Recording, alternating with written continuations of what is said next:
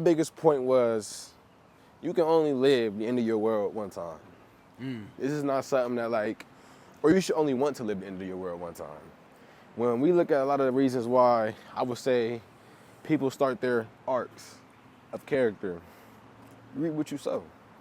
And whether the end of the world was your cause or whether it was just supposed to happen, we should not be living in the cycles of our own doomsdays. Like, and that's where like people become, it's addictive to go through that kind of traumatic and that dopamine or that just kind of experience to like know that like if I did it once, I can do it again. But you put yourself on the brink of survival all over again. And not just survival, but it's more like, I would call it psychotic to do that all the time. But it's also like adventurous. Like, it's a thin line between dumbass and hero. I agree. And it ain't easy to kind of relive those cycles, but you stop focusing on like your base self and what you became what made you desirable as a child. And like when we start to develop, you call it the prefrontal cortex or the part of our brains where we start to actually realize the reward system and the things that we do like that stuff, it expands, but it's a point of time to where it's like the only amount goes so far to realize your reward, to realize that we don't have to kind of go through this all over again. We don't have to sacrifice everything. It was a point of time when we liked things at the bare minimum. As a baby, we didn't need the things that we require as an adult. We didn't need the things that we kind of wish for and we push for to fill the voids of external approval. And what I take it from is like, don't relive your own doomsday or your world can only end one time is relax. Definitely Relax. Take your time with it. Like, and people who don't get their world, people who don't see their world and doesn't know the world to build, doesn't know the people that they deserve in their world, doesn't respect the people that they have already in their world. They feel like everything is already given, it's already handed. Turn around. And when we go into this, that's fire. When we go into it, we start to think like, we didn't watch some of our parents' worlds in. I don't know if it's because people forget what they planted or forget where they planted what they planted. That's fire. Facts. But That's it's tough. like, or if it's like you're just planting everything all at once. And they're so impatient when it comes to whatever it is that they're working on. So not waiting on returns or not staying focused or consistent with that one or two things, you kind of walk away and forget to water those things. So it's not that you never planted anything, it's that you just never nurtured it. We never nurtured ourselves. Thank you. I think that's also a cause of being broke. We're so external. We're not pouring into ourselves. We're spending money on things that are giving us no return. So 100%. Why be a survivalist when you can be a visionary? Exactly. I've come to terms with, because my whole thought process has been to survive, learn how to survive, learn how to keep going. That's what we're taught growing up. That's how we're taught to be, as long as we can survive.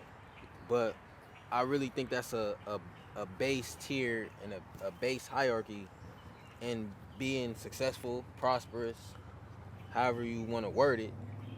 Because the survivalist is solely bent on enduring, withstanding scarcity, not having enough, and going off of the bare minimum. There are levels far beyond being a survivalist, and we have to learn to be creators. Plateaus. I got some more shit. Give me a second. When you see, I said you want to go with your thought? Nah, go ahead. All right, I was about to say, when we think about survival all the time, and I think about when you just bring it up, it made me think about like, get the good grade. Like, straight A's is the best type of way to go. And like, some of the point of it, like they labeled us in like schools as cohorts on basically like your testing and your grade scores kind of thing. And then for a lot of people, it was a cohort to kind of establish a level of survival. I'm with this certain level of, you call it demographic of education. Now, like my survivability is a lot more prone, or it's a lot more easier to survive almost, like to get that perspective. And that's kind of where my mind just went. I'm just thinking about like, are we surviving, or are we just kind of placing ourselves in a longer race, in a more complex race, in a more complex atmosphere to where we have to survive now, not just for ourselves and not just for this period of time or for our goals or for what we want. We're surviving for other people's wants and needs now. Exactly. It's a mindset of like having fear of failure.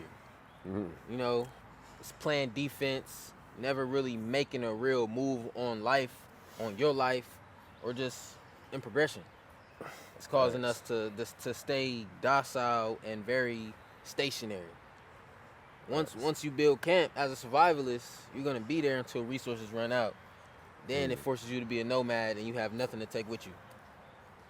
Why do you think, like, in the first level of, like, I'm not gonna call it people's like military training, but why do you think they like instill the acumen or the prowess to be able to know how to survive when it comes to like the military, the Marines, and stuff like that? I believe it's base merit. Like it's the start of, because once you're able to survive, now it's the rest is up to you. You are now responsible.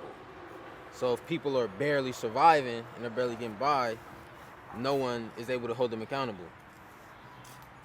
Thanks. Surviving is when you're living in reaction and not creation. When you're focused on protection and not progression. Stuck in survival mode and not transitioning into thrival mode. You might avoid failure, but you also miss your opportunities. You can protect your peace, but never build your purpose. You live in constant defense and never reach abundance. The pros, you develop stamina and durability, but you never develop the vision. You can never see yourself going far. You can't project where you might be because you're going off of only so many resources. I've been saying in this year being 2025, the 9, like, this is an offensive year. Very offensive year. I don't want to leave it to just playing defense no more. For a lot of people who do crafts, who got arts, who believe in what they want to do, and like really transform it into the version of your life's work. I was also talking about like how this year was gonna make people get into like the career side of things, the professional side of things, but maybe not just career, but actually life's work. Actually tapping into what that means, and like out of the survival mode to thriving mode. Like, I'm thriving. I'm not surviving. I actually got resources. I actually got people that I want around me. And choosing that, like, and I was really in my mind about that, like really feeling it, like, we playing offense. Yeah. We no longer stuck in defense. We no longer are waiting for things to happen and come into our worlds and disrupt them. Like, we really are stepping into the aspect of my foot marks the steps in the sand. My feet is what leaves history, what plants history. So I really do feel that, like, no more waiting around. And it's something that you have to be intentional about, but you'll know when it's time, and you'll know when it's there. You'll know when, like, you can only stock up so much, and you can only take so much with you. One quote that has stuck with us for a while now is, "It's easier for a camel to walk through the eye of a needle than a man to inherit the city."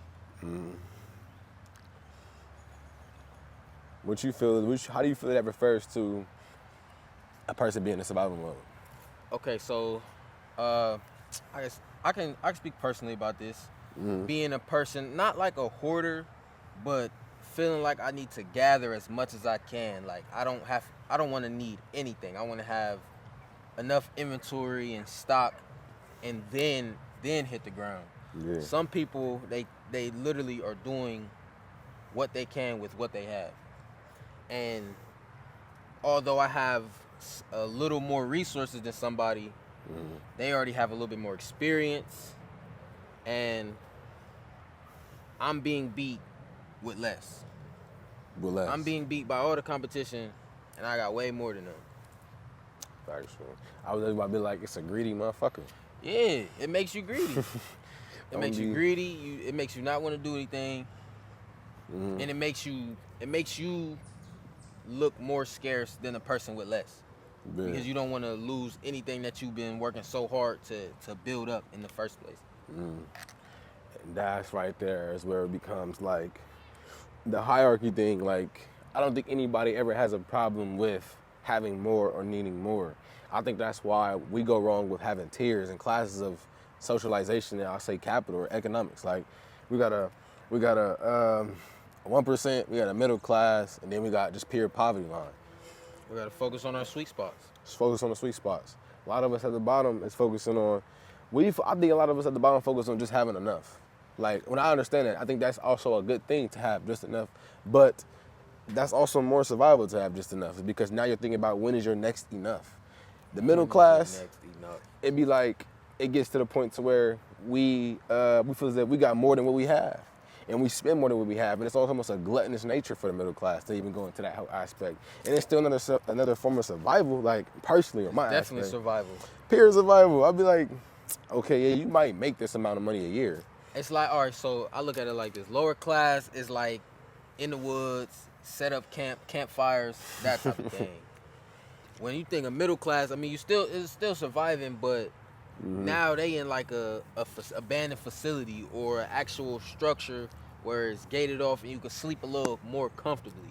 That doesn't make you in any better situation just because you can get a good night's sleep. Facts. Facts. That's definitely facts. So what's the high? What's that last tier? Wealth. I don't royalty. even know what that next tier looks like because I'm just now able to name this one.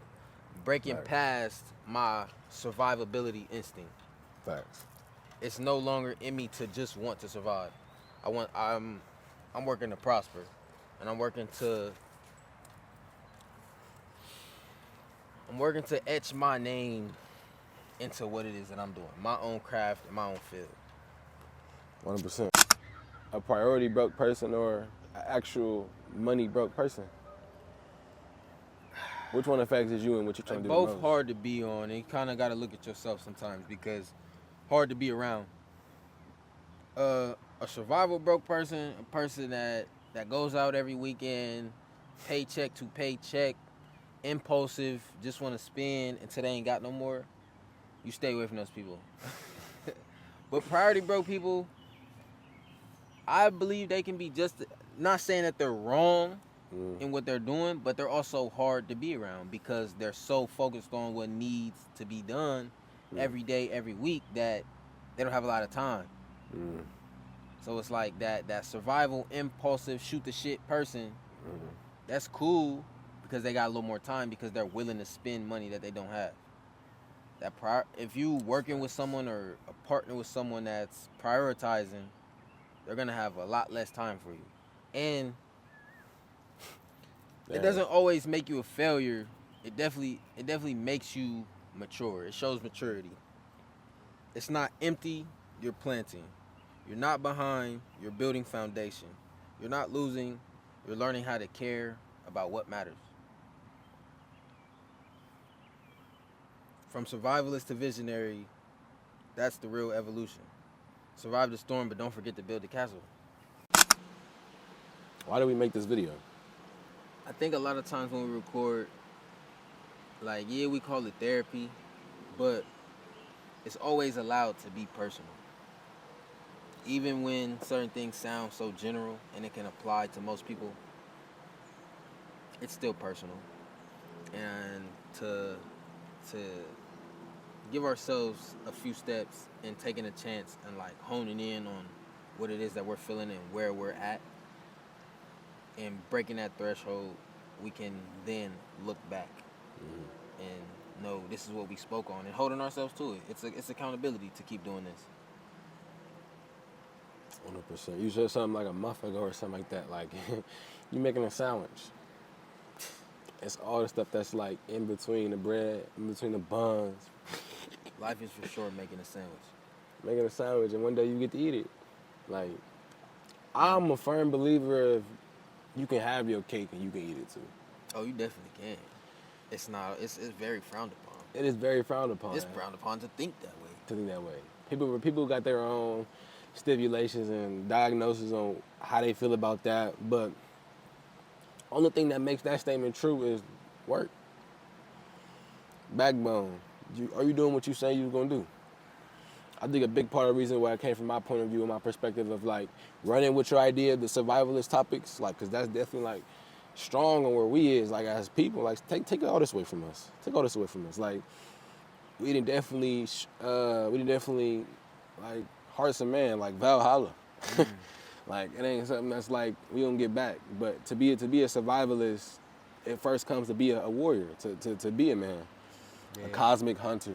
And to end us off, who are we looking for? What kind of people are we looking for? Because, like, obviously I'm stepping in a space of just creative designers, people that can hold a camera, can use a camera, has a vision, capture angles, and clothing and fashion. What is our attire when we step into this new world order? Those are the people that I'm looking for that are willing to create that. People that are willing to come together. Collaboration is our movement, but like from work life to life's work, hustle to ownership, and to not be a survivalist are the movements that we're going with this year, and so on, like to the casket drop. 100%. This is it for us. We got an event. I'm calling it an event. Come join us in the world that we building, June 27th. It will essentially be something where brand and business owners, people looking to collaborate, people who looking to build a world. Real open house. Open house, fire. Photo shoots, conversations, connects, content creation. Come be around, come stick around. Let's build. Promote yourself. Words, knowing the type of person I am and knowing everything that's tied to the kind of person I am, I would think I have nothing to give. Like, a heavy sense of lack, for sure. Like, there is nothing left for me to help anybody with. I can't help myself. Yeah, I gotta help myself. Nah, for real. But I only ask that because there's two types of broke. There's a type of broke when you just a lazy ass, and a broke where you're so focused on priorities and handling your business that you calling yourself broke or you feel like you're behind or whatever the mind state is. Mm-hmm. It's not the same as a person that's not doing for themselves, that has nothing to show for it in that way. Wholeheartedly, definitely agree. Just like definitely is two different kinds of rich. There's a difference between being broke from survival versus being broke from stewardship. Your survival broke people, money gone, nothing to show for it, instant relief, instant gratitude, impulse, no return, pure regret. That's the simple cookie cutter broke person in my eyes. But when I felt like I've overspent or I'm looking at less than what I thought I would be, I definitely tend to tell myself, well, if somebody asks me for something, I bet you I tell you I'm broke. I make sure I tell you I don't have nothing extra because in reality, I mean, I'm getting by, but I don't have nothing for you. Like, Facts. It has to go somewhere. Every penny should be accounted for, and it should also have a place. That's where we get into priority broke. Rent paid, kids clothed, business funded, car fixed, therapy, credit, whatever your priorities are and your true needs, and when those are taken care of and you looking at less than, that doesn't, I still feel like you're an extremely abundant person.